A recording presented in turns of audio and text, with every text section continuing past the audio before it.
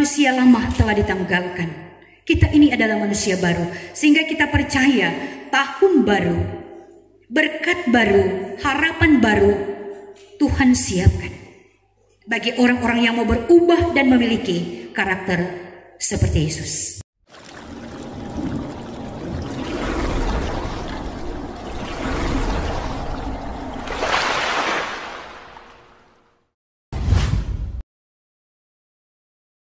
Bapak, Ibu, pemuda, remaja, anak-anak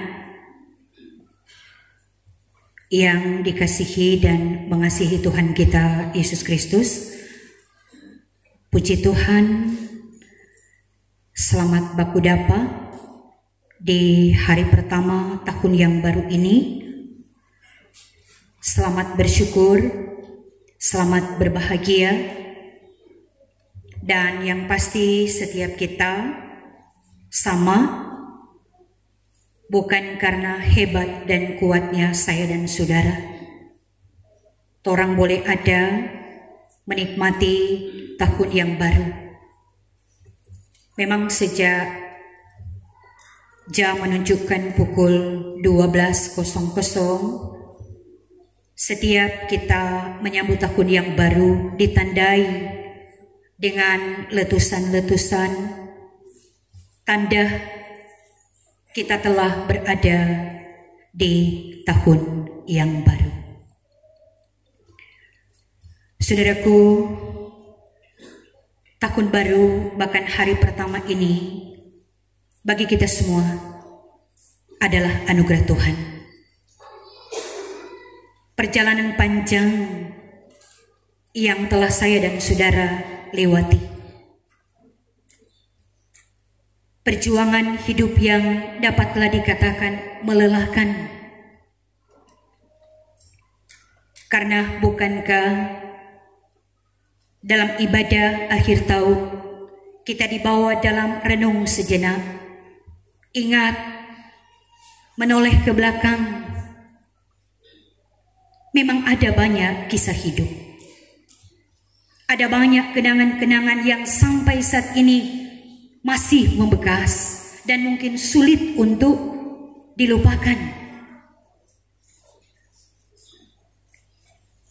Tapi biarlah kiranya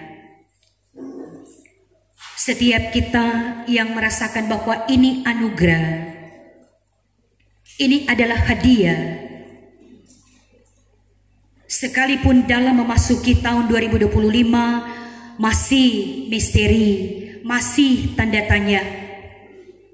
Hanya orang yang beriman, lega, bahkan penuh syukur, karena percaya hidup ini Tuhan yang urus, hidup ini Tuhan yang atur. Torang hanya menikmati hari ini sebentar, torang yang tahu, besok torang yang tahu. Tapi bisa bayangkan 1 tahun. Memang ada saat kita berada di tanah yang tandus, di tanah yang gersang. Ada saat kita berada di padang rumput yang hijau. Tapi untuk apa semuanya itu? Kalau kita berkata kita mengasihi Tuhan, berarti cara Tuhan membentuk karakter-karakter setiap kita. Sehingga tahun baru bukan hanya tahun yang baru, tetapi karakter-karakter setiap kita itu yang utama, semakin dibaharui. Dalam bagian pembacaan Alkitab melalui Injil Yohanes 10 ayat 10 sampai 11 adalah firman yang akan menuntun kita untuk mengisi dan memaknai tahun 2025. Ada 2 karakter yang kita dapati dalam pembacaan ini. Pertama, karakter si pencuri. Siapa pencuri itu? Dialah iblis yang menunjuk kelemahan setiap kita. Kita masih memberi ruang, membuka hati kita, sehingga bukan firman yang menguasai kehidupan ini, tetapi si pencuri yang pada akhirnya kehadiran pencuri itu dia membunuh, membinasakan, mencuri, membunuh, dan membinasakan. Karakter si pencuri yaitu iblis. Dia ingin saya dan saudara jauh dari Tuhan.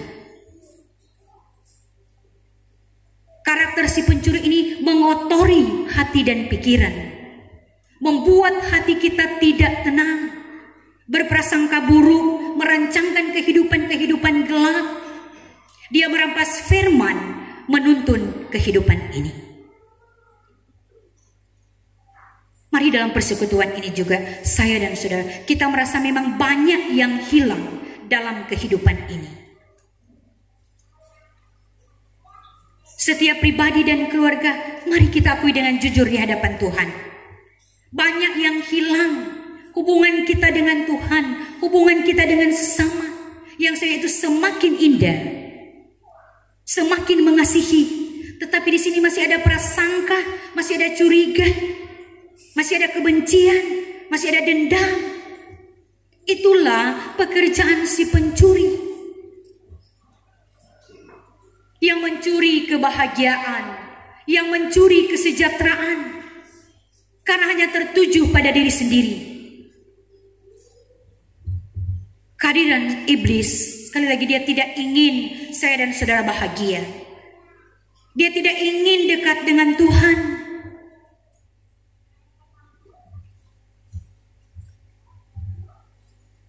Dan hal yang kedua, karakter Yesus. Yesus menunjukkan dia adalah gembala yang baik. Gembala, dia mengenal domba-dombanya.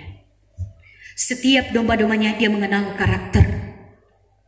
Gembala yang memahami dan mengerti, yang membuat agar supaya domba-domba itu jangan tersesat. Dan dia ingin supaya domba-domba itu selalu ada dalam pelukannya.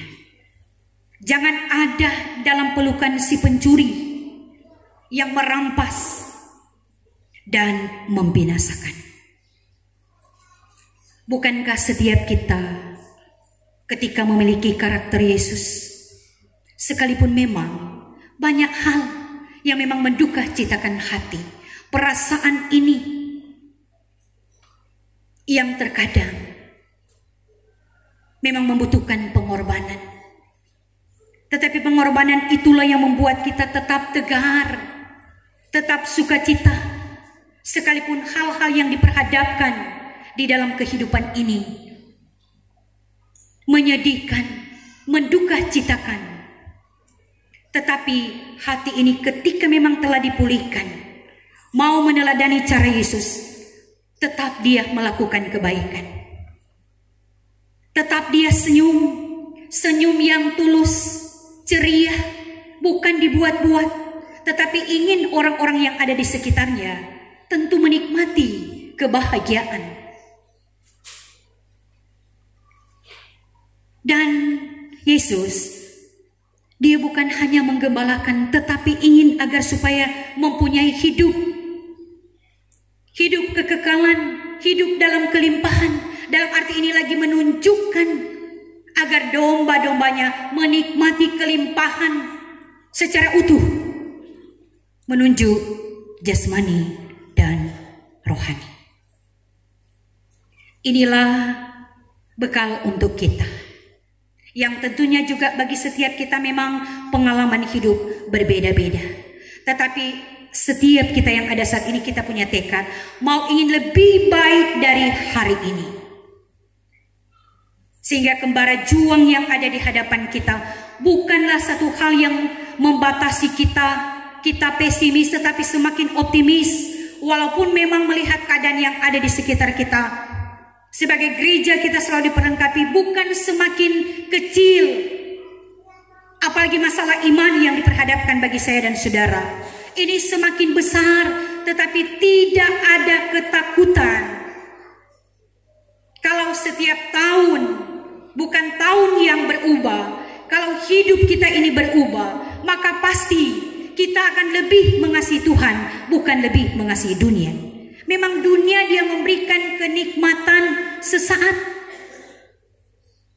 Dan orang yang memiliki karakter Kristus, banyak orang yang membenci. Banyak orang yang memusuhi, banyak orang yang menolak. Memang Yesus datang, kita baru merayakan Natal.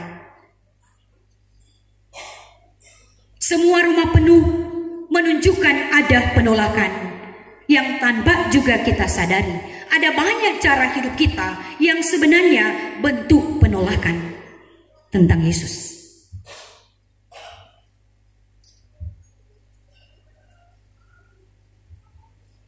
Selalu memang kita mengatakan orangnya tidak sempurna, orang punya kelemahan, memang benar. Tetapi teladan Yesus, dia telah contohkan